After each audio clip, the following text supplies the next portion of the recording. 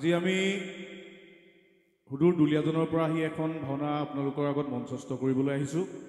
এই গাঁওখনৰ আচলতে কহাৰ গাঁও বুলি ক'লে এখন আমি ভাবোঁ এখন সংস্কৃতিবান গাঁও।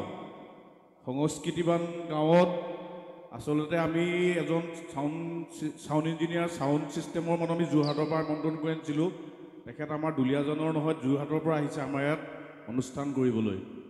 গতিকে বাহিৰৰ পৰা কোনোবা দৰ্শকে পাথৰ দলিয়াইছে, পাথৰ ভাগ দলিয়াইছে মিক্সাৰ বৰ্ডত। সেই মিক্সাৰখনৰ দাম 2 লাখ 2.5 লাখ টকা।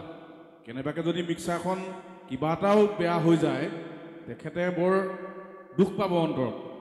গতিকে তেখেতে আমাক কৈছে যে দাদা যে আমাৰ মিক্সাৰ বৰ্ডত পাথৰ দলিয়াইছে, তো দয়া কৰি আপোনালোকে এই মহাপুৰুষীয়া ভাওনা সংস্কৃতি হ'ব পাৰে কেতিয়াবা আমাৰ এইবিলাক চব ইলেক্ট্ৰিকেল বস্তু, কেতিয়াবা চাউণ্ডত আমিও অনুভৱ কৰিছোঁ। সেইকাৰণে তেখেতৰ ওচৰত দুনাই কৈছোঁ যে চাউণ্ডটো কিবা এটা প্ৰব্লেম হৈ আছে, কিবা এটা প্ৰব্লেম হৈছে। তেখেতে কৈছে দাদা মই খুলিবলৈ চেষ্টা কৰিছোঁ কিন্তু পাৱাৰটো মই পোৱা নাই।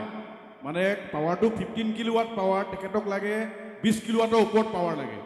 পাৱাৰটো কম পাইছে কাৰণে আমাৰ বাহিৰত চাউণ্ডটো যথেষ্ট অসুবিধা হৈছে। আমাৰ দোহাৰেও অসুবিধা পাইছে, ভাৱৰীয়াও অসুবিধা পাইছে, আমিও অসুবিধা পাইছোঁ। গতিকে সেইটো আমি কাকো দুখ দিব বিচৰা নাই। আমি জেনেৰেটৰ মানুহগৰাকীকো দুখ দিব বিচৰা নাই, কাৰণ তেখেতে কিজান নাজানিছিলে কিমান চাউণ্ড লাগিব, সেইবাবে কিমান মানে পাৱাৰটো দৰকাৰ হ'ব।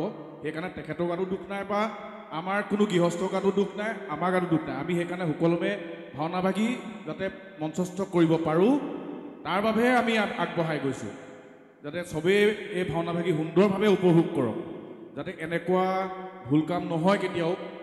আমি ভাওনা সংস্কৃতিৰ গুৰুজনাৰ আদৰ্শ সকলোৱে শিৰগোট কৰিব লাগিব, যাতে আমি সুদূৰ প্ৰসাৰত আমি এনেকুৱা যাতে বদনাম এভাগ আমি ল'ব নিবিচাৰোঁ। সেইকাৰণে আপোনালোক বিনম্ৰভাৱে অনুৰোধ জনাইছোঁ। আমি আলোক সমন্বয় নাট্য গোষ্ঠীৰ তৰফৰ পৰা আপোনালোকৰ অনুৰোধ জনাইছোঁ, হয় আমাৰ গাত ভুল হৈছে, চাউণ্ডটো আমি মিলাব পৰা নাই, আমি যিটো পাৱাৰ পাব লাগে সেই পাৱাৰটো আমাৰ চাউণ্ডে পোৱা নাই, সেইকাৰণে মিলাব পৰা নাই। তেখেতে কৈ আছে, আমাক দুনাই কৈ আছে যে চাউণ্ডটো মিলাব পৰা নাই। আকৌ মই অনুৰোধ কৰিছোঁ আপোনালোকে বাহিৰৰ পৰা যাতে একো অন্যায় অভিযোগ নকৰক। কৃষ্ণ। এতিয়া আমি ভাওনাখন আগবঢ়াব বিচাৰিছোঁ।